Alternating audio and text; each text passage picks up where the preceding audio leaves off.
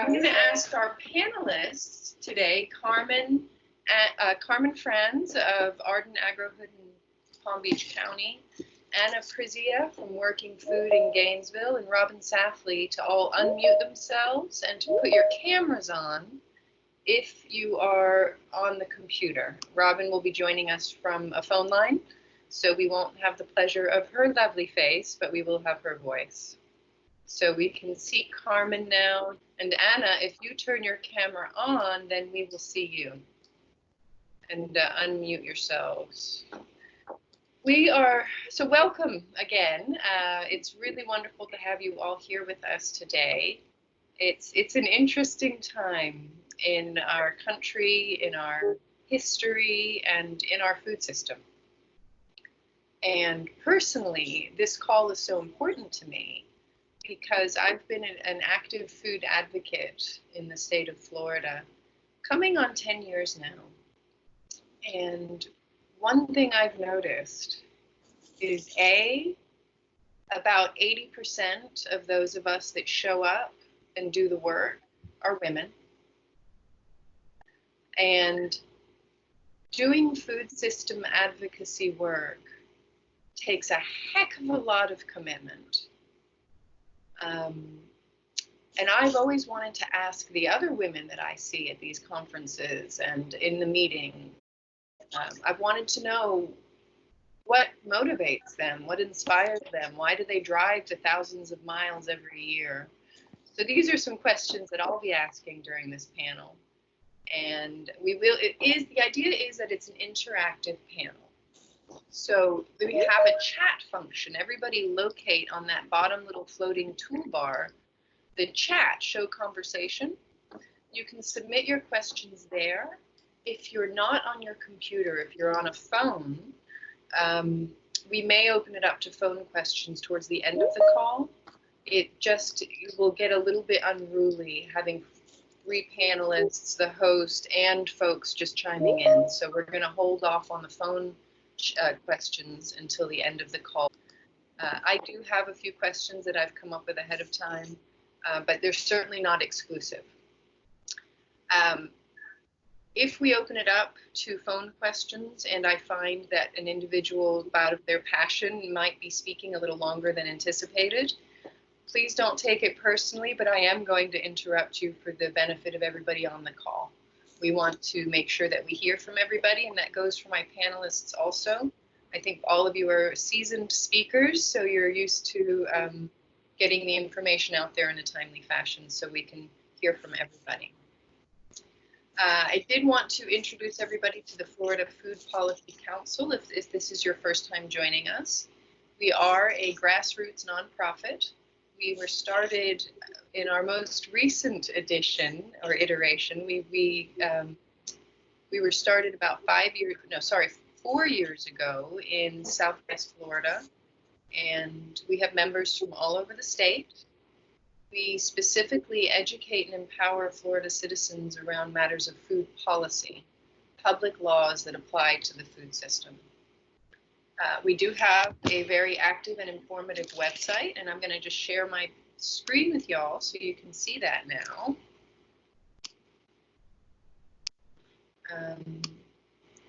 So here's our home page, and we have of interest that pages that I think are of particular interest are the news. We send out a monthly newsletter, and we always have a policy snapshot of what's going on in the state legislature. So we've got news of emergency loans, alternative methods for providing meals. You can always check back and see what new articles are being published. We also include a policy snapshot. So what's been happening legislatively? We did, obviously our legislature is in session for the first 3 months of the year. So there's action there, and then we do roundups throughout the rest of the year. We also have our Florida Food Forums. That's this call, and it happens once a month on the final Friday of each month, and we record them. You are all being recorded, and I believe you've been notified of that. And we post the videos on our website, so you can always refer back there. And that's information that's available for everybody We are a member-driven organization, so this is my shameless plug to become a member. You can join on our homepage. It's only $25 for the year. It's very reasonable. It's a $60 fee for organizations, and that includes 4 people from your organization. So again, shameless plug. That's one of our main sources of consistent funding at the moment. And it all goes towards paying for services like this video conferencing and our website and all that good stuff. Wonderful. Well, I am going to open it up now, and we're going to start with self-introductions. The topic of our March Florida Food Forum is women in the food system. I'm going to stop sharing my screen because you don't all need to see that twice. And I see Carmen's face smiling at me. So Carmen, why don't you give us a self-introduction? Who are you? What are you? And what's your current role in the food system? Okay, great. Can you hear me okay? Yeah. Awesome. So my current role right now, I am a farm director for a community called Arden, and Arden is referred to as an agri-hood, which essentially means it's a master planned community that instead of being built around a golf course, there's a 5-acre organic farm in the middle of the community. So my partner and I essentially grow food for the residents that live here, and the CSA program is included in their HOA dues. So it's basically on a 4-week rotation. Residents come to the barn pre-COVID, and they pick up their farm share, and we do a lot of educational activities, workshops, and special events. We're employees of the HOA, which is definitely a unique position for farmers, but eventually at build out, there'll be 2,000 homes here, and we'll be doing a 500 share CSA weekly once we're built out. But right now we're about at 70, so it'll be a gradual climb. So that's my role right now. Wonderful. Thank you so much, Carmen. And I just want to point out that each of the ladies that we have on our panel today are from a different sector of the food system. And Carmen is representing our production sector. So, it all starts with the production of the food, and that could be the growing, or it could also be the raising of livestock. So we've got Carmen from our food production sector. Thank you for that. And Robin, why don't you give us a self-introduction? Awesome. Can y'all hear me? Yeah. Awesome. So my name is Robin Safley, and I'm currently the Executive Director of Feeding Florida, which is a member organization of 12 food banks that are affiliated with Feeding America. And we work with about 2,400 nonprofit agencies. And one of our big programs is Farmers Feeding Florida, where we work with growers in the state of Florida. We have become part of their supply chain, and we have resources that we bring to the table that allow us to pay a pick and pack out fee. We encourage zero cost donations, but we also appreciate what our growers and farmers do every day and take the risk on the crop. So we are happy to take the money that the legislature gives us, and we pay anywhere between 8 cents and 12 cents or 15 cents, depending on the commodity, a pound to help defray some of the fixed costs. Last year in 2019, my network moved 306 million pounds of food, fed about 300,000 individuals, and of that, we recovered probably approximately 50 to 60 million pounds of that as produce. My Farmers Feeding Florida program at the state recovered 32 million of that. Prior to this role, I was the division director for the Division of Food, Nutrition, and Wellness for then Commissioner Putnam, which is when I became passionate about hunger and supply chains and how we could ensure that every Floridian had access to a healthy, nutritious meal. And I do believe, even in my current role as the executive director of a charitable network, we are very committed to building out that food system and ensuring that people have access to food, even in the retail space at an affordable price. So we've been working closely with the Florida Food Policy Council on those types of issues. And so I'm just happy to be here today. Well, we're thrilled to have you, Robin. And, you touched on a lot of really interesting parts of the food system. And one of my questions in a moment is going to be, what other roles have you played in the food system, and how does that impact your current role? Because I know all of you have come from different spaces and are bringing all of your wealth of experience and knowledge to your current positions. And that has definitely informed myself and also all of you on your paths through this food system work. So thank you. And Anna, it's good to see your face. Can you hear me okay? Yeah, we can. Okay. We're just taking a self-introduction. Excellent. So my name is Anna Prizia, and I currently serve as the director for the Field and Fork program at the University of Florida's College of Agricultural and Life Sciences. So that's my day job, and my role in the food system with that regard is really creating experiential learning opportunities for our students, staff, faculty, and kind of the broader community around North Central Florida in sustainable agriculture and food systems. And in that role, I also coordinate and partner with the food pantry that we opened at the University of Florida that the Division of Student Affairs runs on the day-to-day to help provide emergency food assistance to our university community. And in particular, the farm that we operate, the byproduct of that farm is obviously food, even though the primary goal is education. And the food that we grow there goes to the food pantry on campus in order to provide more well-rounded and healthy and nutritious opportunities for those folks. By night, or my other hat, one of my other hats, is being the co-founder and president of Working Food, which is a nonprofit in Gainesville, Florida, that works on food systems from seed to plate, or seed to policy, if you really want to go there. We do everything from running a seed library where we're saving seed locally and trying to protect the biodiversity of our food crops, to hosting community education programs for youth through gardens and adults through events and tastings, to advocating for policy change and helping to write example ordinances and things like that for our community to be able to support better access to healthy, fresh food in our community. Thank you. Thank you for the self-introduction, and thank all of you for everything you do on a daily basis. Yeah, it moves me, actually. It moves me to know that people show up day and night, because most of us wear more than one hat, and we show up and we do it. So thank you very much. And just to kind of go back to, and I guess I'll give a little self-introduction, which I haven't done yet.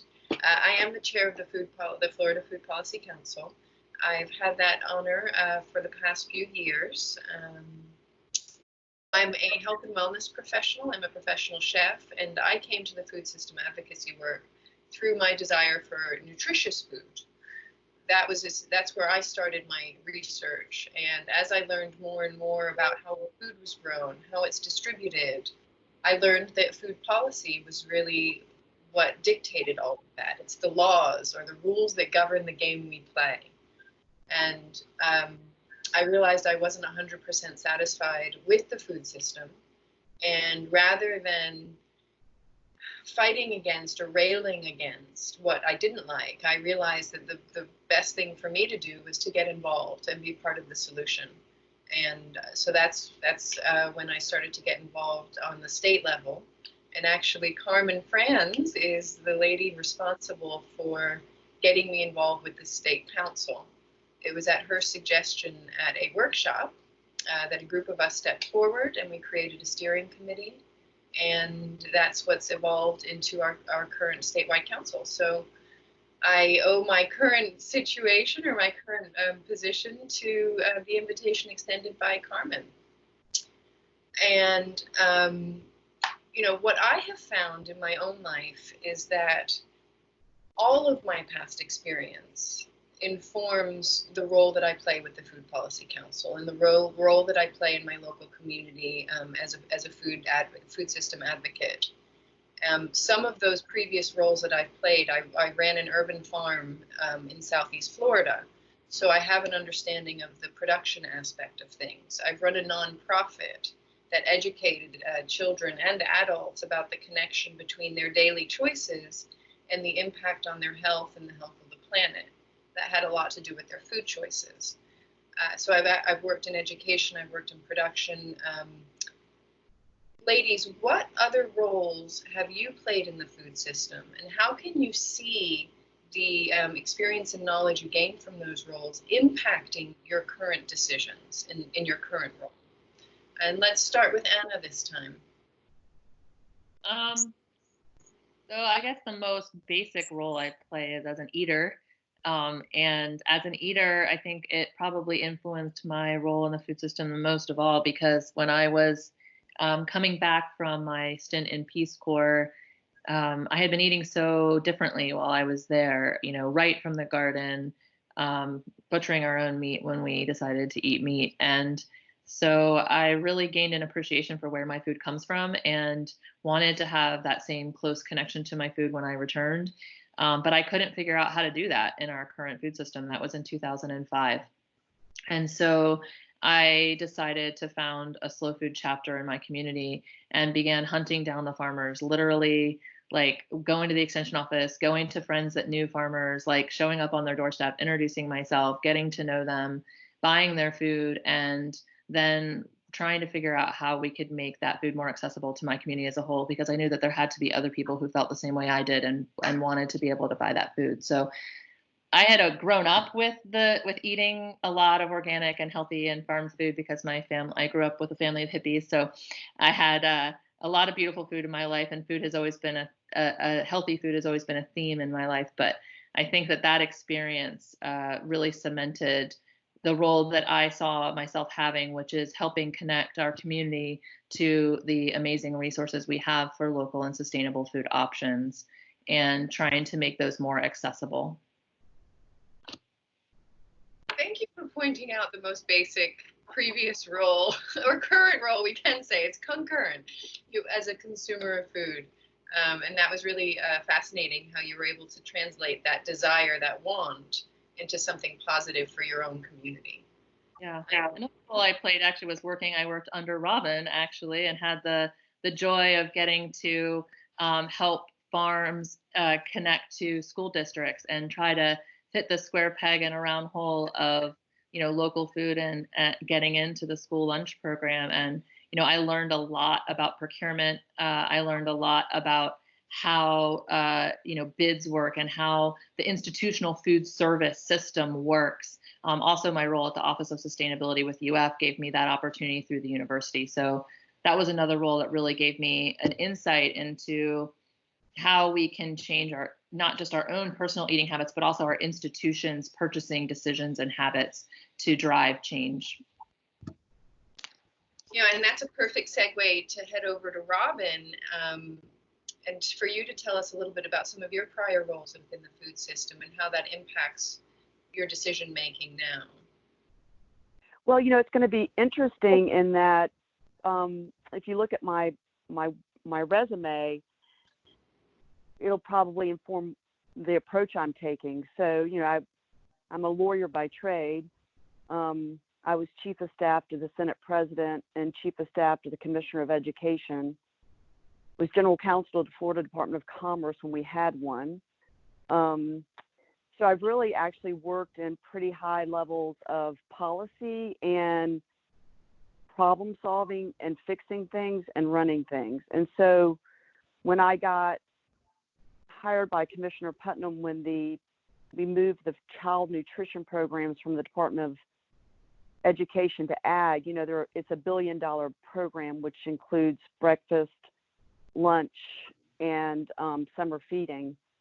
It was a lot of moving parts, and I think he felt like I could handle that and then be successful with it. So that's when I really came into.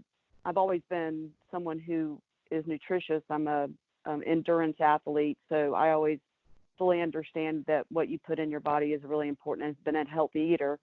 So when he offered me the job, I was like, well, this should be fun. You know, I love this passion. My kids are out of, college, so I have free time. And anyway, so I became really curious about the institutional feeding programs. And like Anna said, one of our big issues was farm to school, and Commissioner Putnam felt, as does Commissioner Freed, feel very committed that Florida has this robust growing season with wonderful commodities. So how do we get that in the front of children, in the lunch line? So, but there are procurement laws, and there's ways that operates that become a hindrance. And so I think I became passionate about how to fix something that I believe is broken in many ways and may have gaps in the system. And once I was there for 5 years and sort of got those policies, what I felt were sort of engaged and had rooted them out and put them on a good path, I felt like it was important for me to step into another area so I could learn from another viewpoint of food and food access. And Carmen also, I've had the opportunity to work with her. She helped me and her team to go for a second FINI grant, which is a Food Insecurity Nutrition Incentive Award that gives double bucks to individuals who are on SNAP. And historically, we've partnered with farmers markets, which is wonderful. And by the way, we're in a growth spurt, or were prior to COVID-19, and we're just going to pray that everybody makes it through this unique time.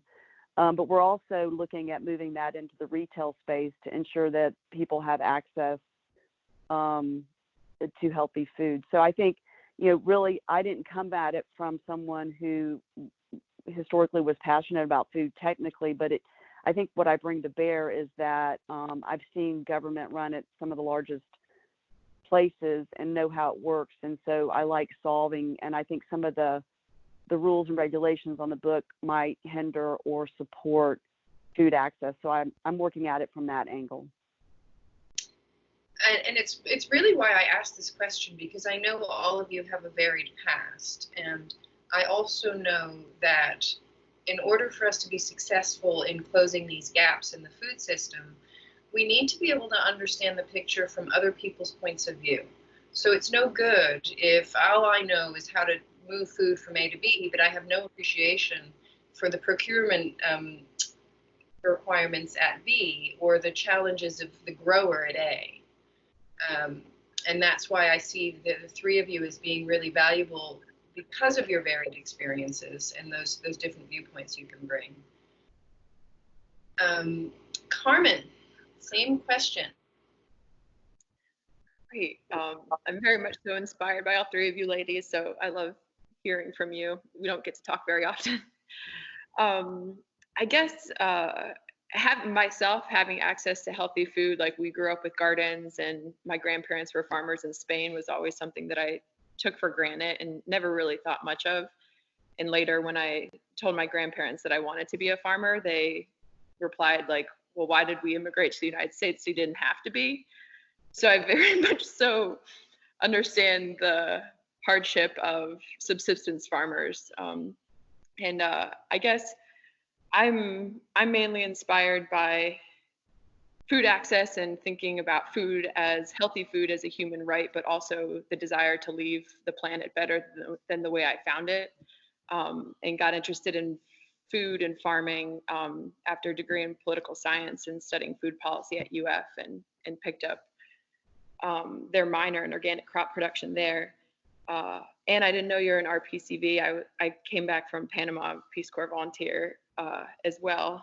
And I'm very much so interested in the food justice aspect of things, farm worker rights, but also the ability for beginning and young farmers to find access to land.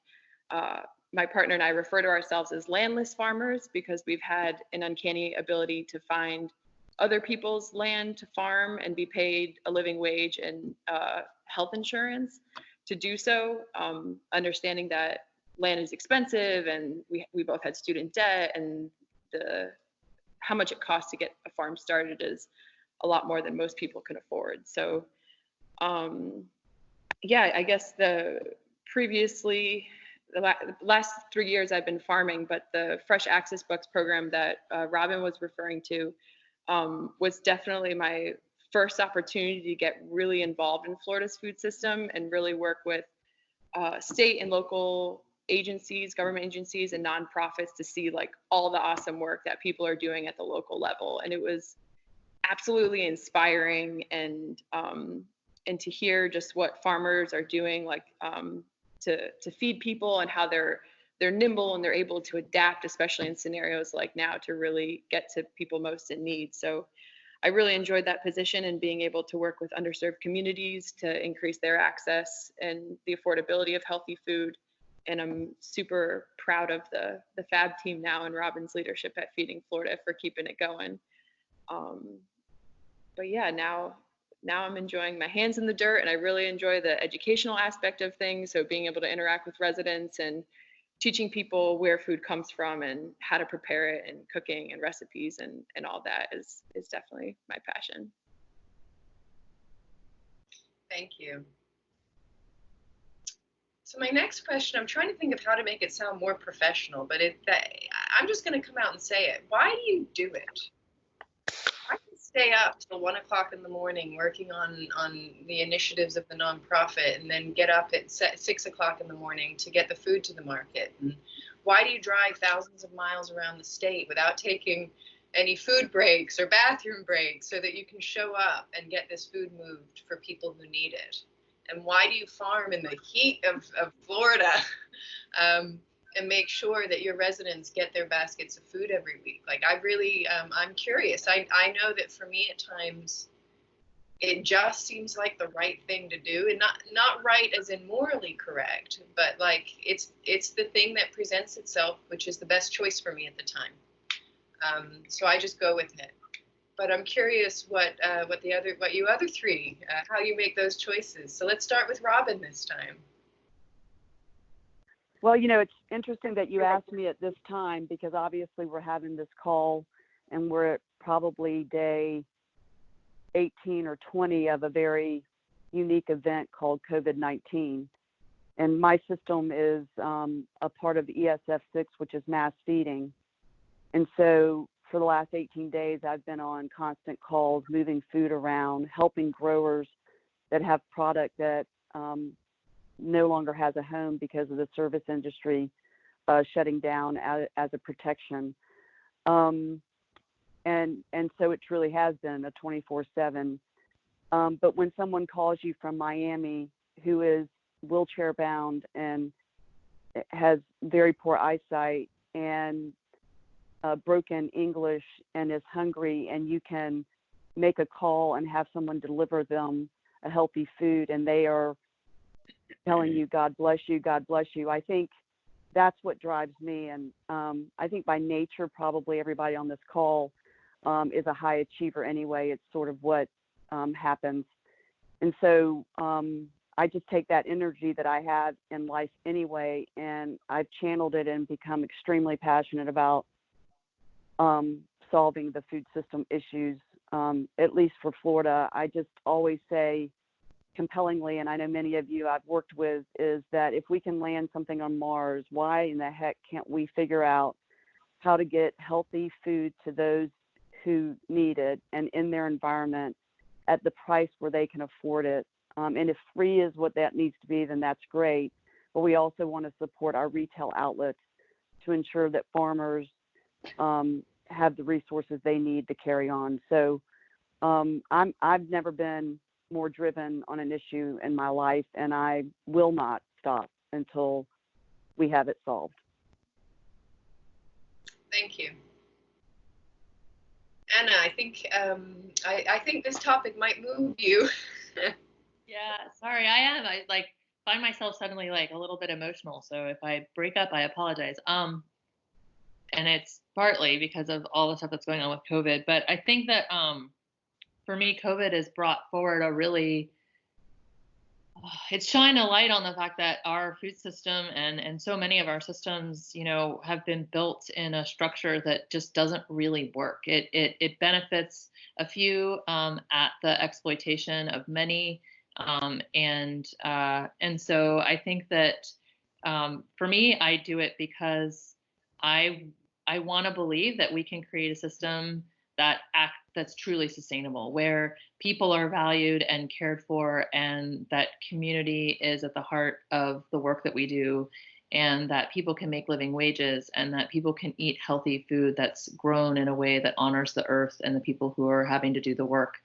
I really believe that. I believe it's possible. And I think that currently the power dynamics and the political dynamics that guide and drive our food system often are stronger than our individual will. And so I'm just fascinated by this COVID experience and how it's changing that, and how the individual will and community will, our collective coming together, is changing the power and the politics instead of the other way around. So for me, it's really that dynamic of believing in something and kind of being that eternal optimist and the doughy-eyed, person who really does believe in sustainability, and the pragmatist that knows that in order to get that done, we have a lot of work to do and a lot of change to make in a lot of different systems. And to me, always made the most sense, because if we're working within our own communities and with our own institutions, we can make that change most effectively. So yeah. Why do you do it? What was that, Rachel? Why do you do it? Why do you do the food system? I personally, I definitely would echo what Robin and Anna said, but I'm very much so energized by the one-on-one interaction and seeing people light up about sharing recipes. And recently, Arden in particular is an extremely multicultural community. We put a pushpin map in the barn just so that residents could see how many different countries live at Arden. And the idea that a food-centric community has attracted people from all over the world, just that desire to have community around food and that be a very intentional part of where they live. But hearing people share recipes and their cultural experiences and how they grew and what they grew and the whole history and of food is very inspiring to me. And we have a lot of people that we work with that aren't necessarily local foodies, and they're not as accustomed to cooking all the time and eating fresh. So I really get excited about the opportunity to introduce people to food and fresh food and cooking and sharing that.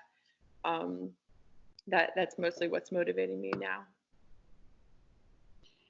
Something that I heard from all three of you was you mostly talked about other people. The inspiration, that drive, that was about the joy that other people experience. It was about the wellness that other people experience. It was about the connection with our communities and other people. And I see that as a hallmark trait of people who do food system work. About 80 to 90% of those people are women. If you show up at the conferences, if you look at just our stats, actually from Facebook, I was talking with our administrative assistant, Kendra, earlier, another amazing woman in the food system.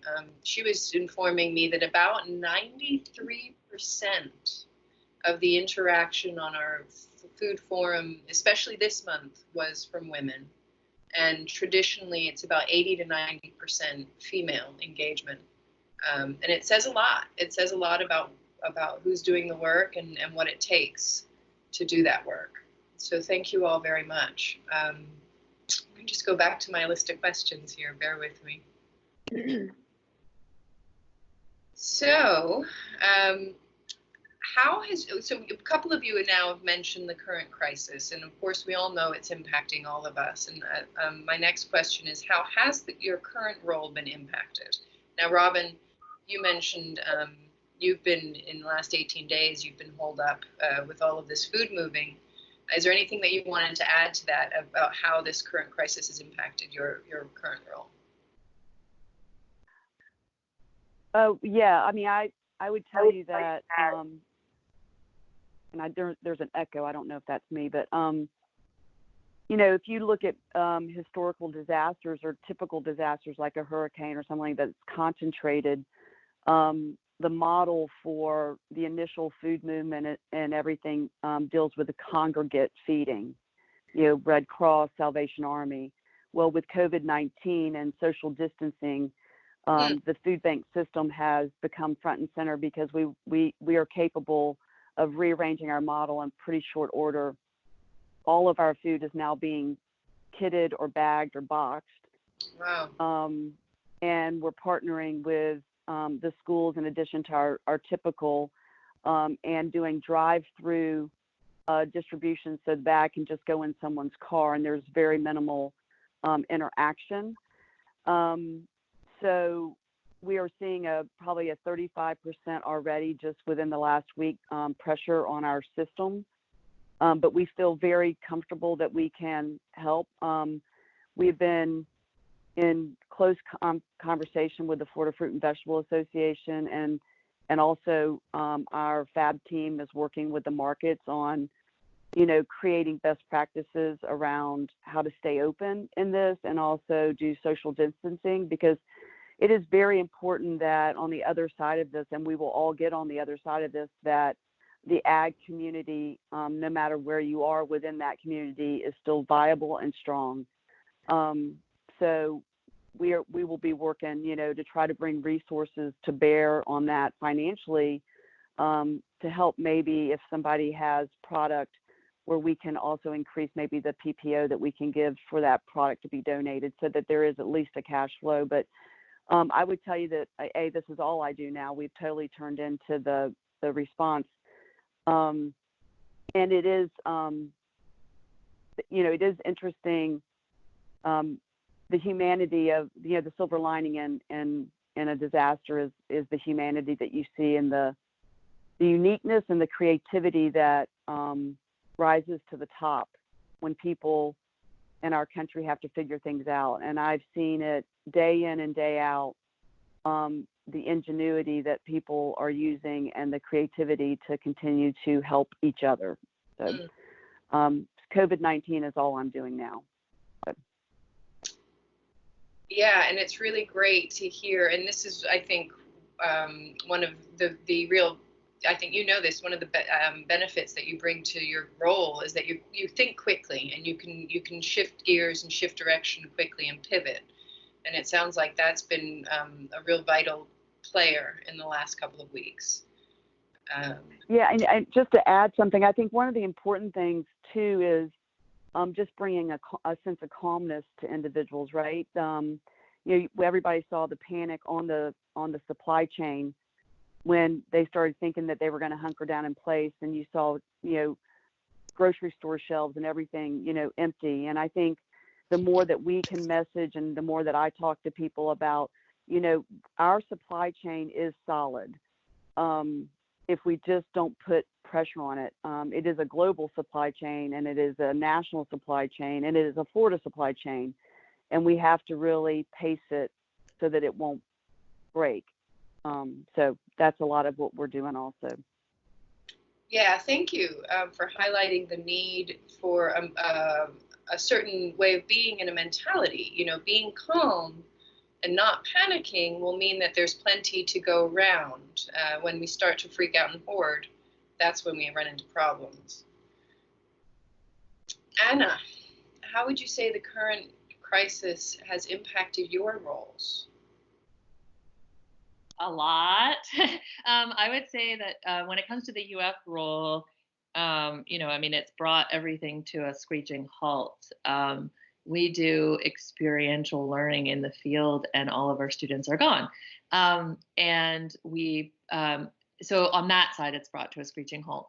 The interesting thing is it's brought a more highlighted focus to the production side of our work, because we're still very much providing emergency food service through our food pantry on campus. And so really our focus for the work has been shifted to how do we do that safely?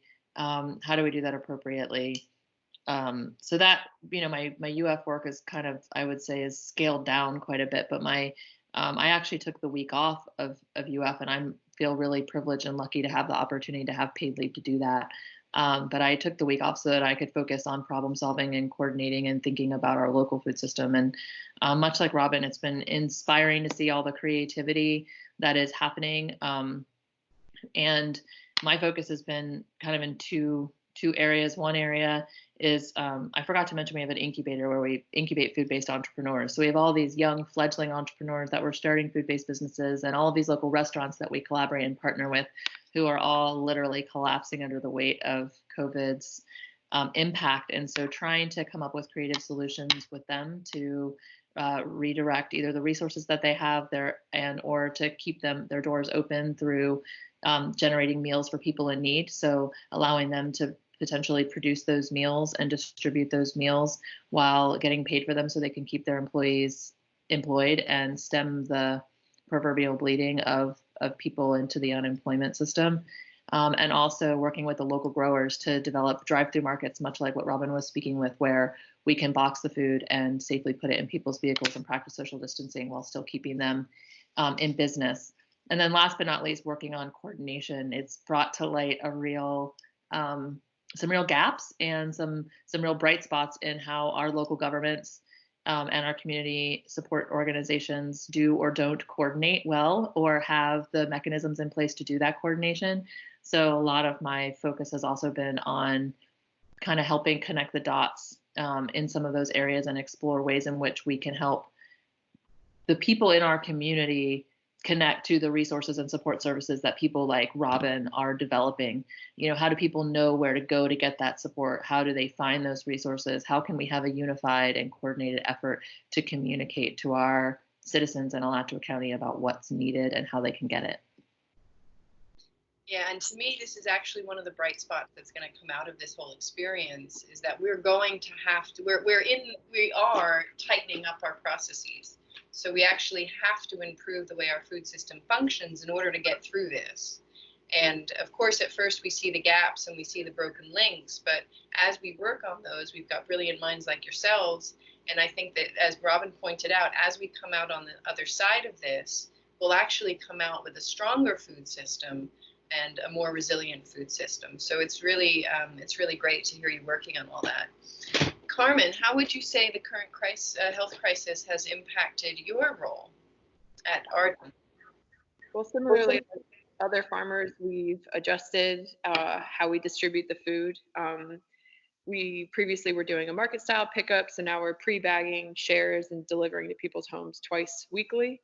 We obviously had to cancel all of our workshops and events and postpone them to later. And we also have a small, Florida only local retail space that we've unfortunately had to close. But we've moved to online sales, and the local restaurant that caters food in our hub, where they buy from a lot of local farmers and use food from our farm as well. We're starting home deliveries from their restaurant to Arden residents so that we can continue to support them in this time of need. And the farm is just me and my partner now. And before, we had a lot of volunteers and interaction with lots of humans. It's just us out there with the plants. So we feel relatively safe, but it's definitely a little more lonely. Yeah, I bet. It's impacted us all in different ways, hasn't it? My next question, and Anna, you started to sort of hint at this, so I'll come to you first. What policy changes are you seeing rise to the surface that are really important as we move forward? Well, I would say I think that two of the conversations that are probably the most important, and they aren't actually, I think that one of the things that we realize, I guess probably most particularly Robin realizes this, and myself, is that the link between food insecurity and other issues in our community are so intertwined that it's hard to separate them. And the reality is that the reason that we have food insecurity is because people aren't making enough money to support their families, right? And so they're having to make the decision between feeding their families and paying other bills. And so a lot of the conversations that I'm seeing that are impacting some of this food security conversation are things like staying evictions and not turning off utilities, because it's giving people the freedom or the ability to make the decision to buy the groceries that they need, or to pay for the gas in their car so they can drive to the Feeding America distribution site, in lieu of having to pay their utility bill or their rent right now. So it's some of those more basic needs conversations that are happening at the local and state level that I think are big. The other is the question about what is an essential service. And there's a lot of dialogue right now about what is an essential service. And, are farmers markets essential? Are how do we, are restaurants that are providing food essential, and how do we keep them open while also keeping people safe? Like, there's all of this sort of dialogue, and I don't know that the policy is landed, but I think that that's one of the more important policy conversations and dialogues that is happening right now. Yeah, thank you. Carmen, what do you see as some policy conversations to be really looking at and advocating on moving forward? I guess I definitely agree with what Anna said. I feel like the immigrant families that do a lot of the farm work in the United States, especially ones coming into the country now, as the rest of the country ramps up their production, I'd like to see them included in the stimulus. Although they're pretty spread out in the fields, they typically live in really crappy conditions in close quarters, and they're at very high risk to get sick, and definitely access to health care and paid time off is not really an option to them. So I would like to see more support for them to keep our greater food system running. And then I know the FAB team is working on this, but somehow figuring out a way to take SNAP purchases online. Right now, to process EBT transactions, you need a person-to-person transaction. And so while a lot of people are moving to online credit cards and pre-orders, SNAP shoppers still have to show up in person to make that purchase. So that's two other things I've been thinking about. Wow, that's fascinating. And I could go on about that, but I'm not going to. Thank you. Robin, what do you see as some important policy conversations to be having moving forward?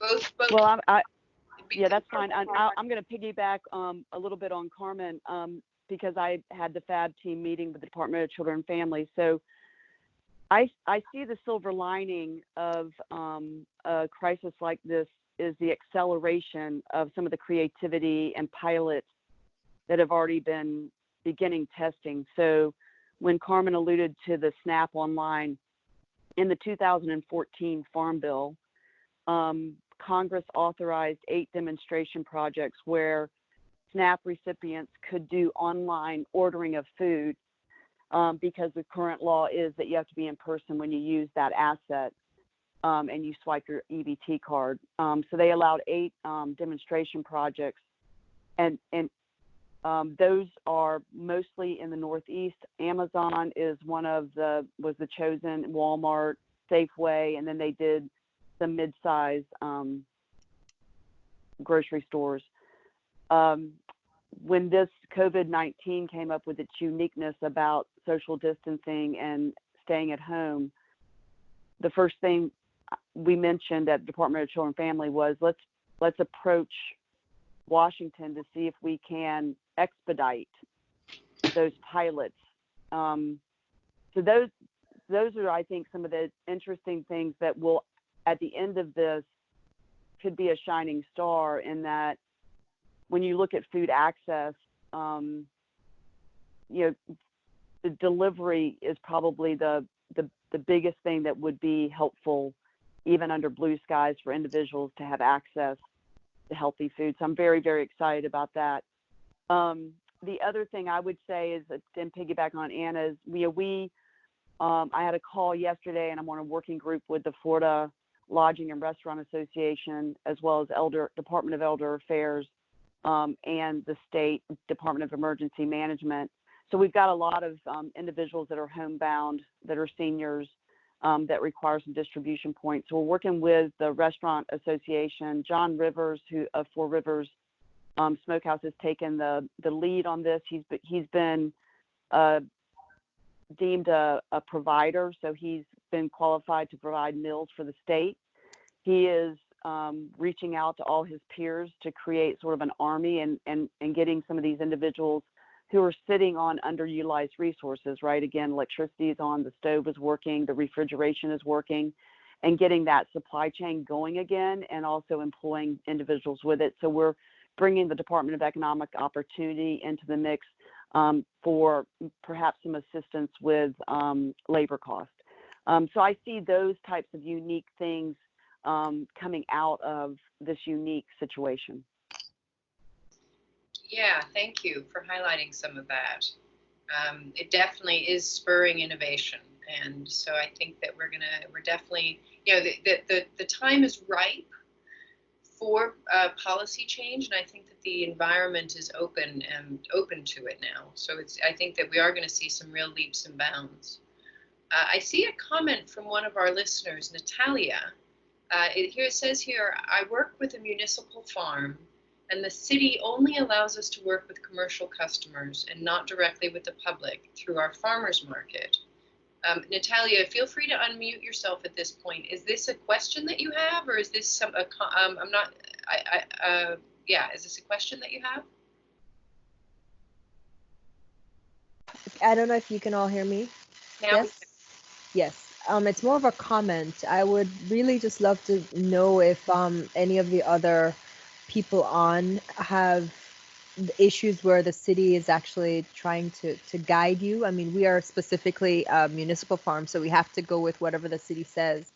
But, as much as there are guidelines that actually tell you how you can social distance while still operating, I don't know how many of you are struggling with actually implementing social distancing while still operating. So the question is more, how is that going for those that are actually operating? And I'd love to be able to present that to the city so that we could open more to the public. All right, let's open that up to all the other members on the call. Who, if any of you, are dealing with implementing the social distancing guidelines? So I'll answer quickly. We've been working with the local farms. They're not municipally owned farms. They're independent growers that do primarily direct market, either CSA type farm and farmers market type farms, to implement social distancing. And to do so, we've been working with them to set up pre-order online.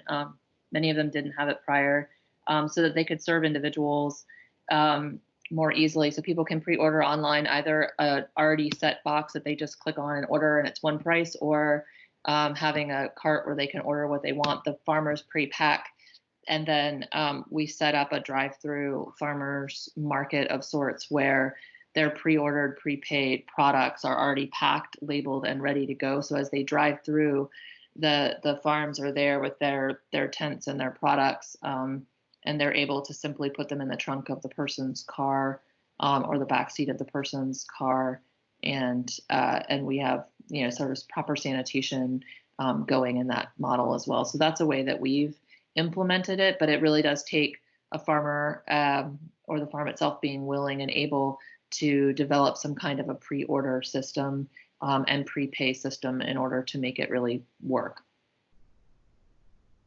Is there anybody else on the call that is working with an online pre-order and or prepay system?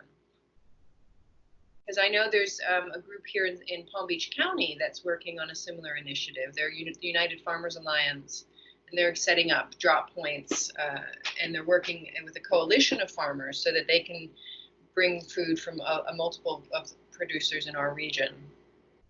So is there anybody else currently working with an online pre-order or prepay system? Doesn't look like it. Now I know Red Hills Food, I want to say Food Cooperative, but it's the Red Hills Farms. So what's that, Anna? I think it's Food Alliance. Red Hills Food Alliance up in Tallahassee area. They have a robust online presence. And, you know, Anna, would you be willing to offer some support or guidance to any folks that are interested in helping their local producers set up online systems? I can certainly try. I can at least point them in the direction of what some of the growers have done. I think there's a lot of decent information online about different ordering systems. I can provide what I've got, but the other important things is the logistics. Is so having either a municipality or your county on board with you being designated as an essential service, as a farm or as a farmer's market, and then having the location where those farmers can set up and distribute safely without causing traffic implications or other safety concerns. So those are other things to be considering if you're thinking about this. So and Rachel, this is Robin. I was going to say that I think Mary Hathaway on the FAB team and Katie Delaney are on a call that I was on with them this week.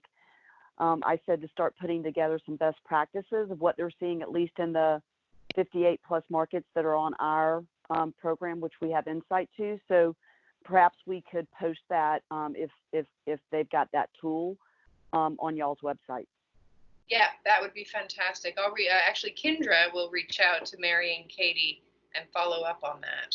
She's way more reliable than I am in that regard.